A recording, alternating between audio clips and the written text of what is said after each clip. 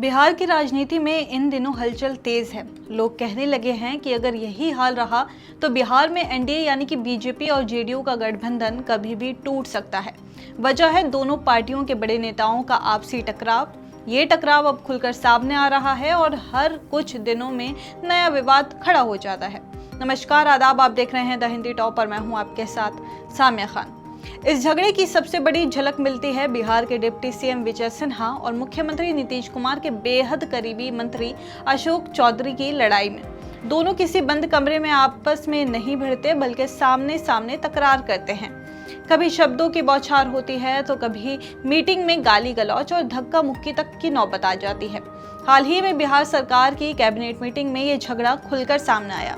मुख्यमंत्री नीतीश कुमार मीटिंग से निकल ही चुके थे, तभी उनके जाते ही डिप्टी सीएम विजय सिन्हा और ग्रामीण कार्य मंत्री अशोक चौधरी की तू मैं हो गई। बताया गया कि विवाद की वजह सरकारी जमीन थी। दरअसल अशोक चौधरी के खास मंत्री जमा खान क्षेत्र में मेडिकल कॉलेज बनाना चाहते हैं। इसके लिए जो जमीन चाहिए वो कृषि विभाग के पास है। कृषि विभाग की कमान डिप्टी सीएम विजय सिन्हा के पास है। सिन्हा ने जमीन देने से साफ मना कर दिया है। बस इसी बात पर दोनों नेताओं में तनातनी बढ़ गई। जमा खान का बैकग्राउंड भी दिलचस्प है। वो पहले बीएसपी से विधायक चुने गए थे, बाद में अशोक चौधरी उन्हें जेडीयू में ले आए। वो खुद बताते हैं कि उनके पूर्वज हिंदू राजपूत थे जिन्होंने इस्लाम कबूल किया था। ऐसे में खान का राजनीतिक प्रभाव भी मजबूत है। उनके सम्मान में चौधरी खुलकर मैदान में आ गए हैं और दोनों नेताओं में लड़ाई और गहरी हो गई है।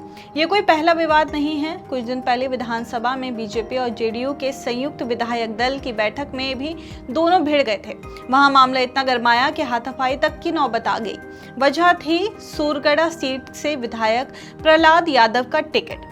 प्रहलाद यादव पहले आरजेडी के विधायक थे। तेजस्वी यादव ने जब नीतीश कुमार के खिलाफ अविश्वास प्रस्ताव लाया था तब यादव ने पाला बदल लिया और एनडीए में शामिल हो गए। विजय सिन्हा ने ही उन्हें एनडीए में लाने में बड़ी भूमिका निभाई थी और यादव को टिकट दिलाने का वादा भी किया था।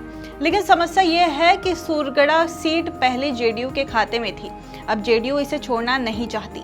विजय सिन्हा चाहते हैं कि इस सीट अदला बदली कर दी जाए ताकि यादव को टिकट मिल सके, पर जेडीयू इसके लिए तैयार नहीं है। मामला और पेचीदा तब हो गया जब जेडीयू के नेता राजीव रंजन यानी कि लल्लन सिंह ने खुलकर मंच पर कहा कि सूरगढ़ सीट पर जेडीयू का ही उम्मीदवार होगा।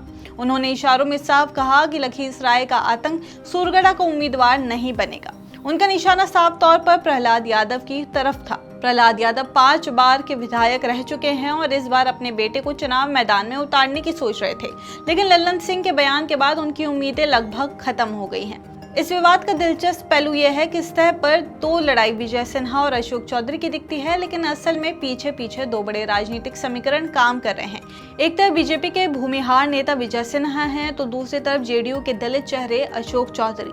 मामले को और पेचीदा बनाते हैं लल्लन सिंह, जो खुद भूमिहार समाज से आते हैं और इस वक्त अशोक चौधरी के साथ खड़े हैं। यानी जेडीयू का भूमिहार नेता और दलित नेता साथ साथ हैं, जबकि बीजेपी का भूमिहार नेता अकेले अपने वादे को पूरा करने की जद्दोजहद कर रहे हैं। लोग कह रहे हैं कि अगर यही हाल रहा तो बिहार में एनडीए ज्यादा दिन टिक नहीं पाएगी। बीजेपी और जेडीयू में टिकट बंटवारे को लेकर खींचातान बढ़ती जा रही है। हर महीने कोई न कोई नया विवाद सामने आ जाता है। राजनीतिक जानकार मानते हैं कि ये विवाद केवल सीट का नहीं बल्कि वर्चस्व की लड़ाई है। बीजेपी चाहती है कि उसकी भूमिका बिहार में मजबूत हो, वहीं नीतीश कुमार की पार्टी जेडीयू अपनी परंपरागत सीटें छोड़ने की तैयार नहीं है।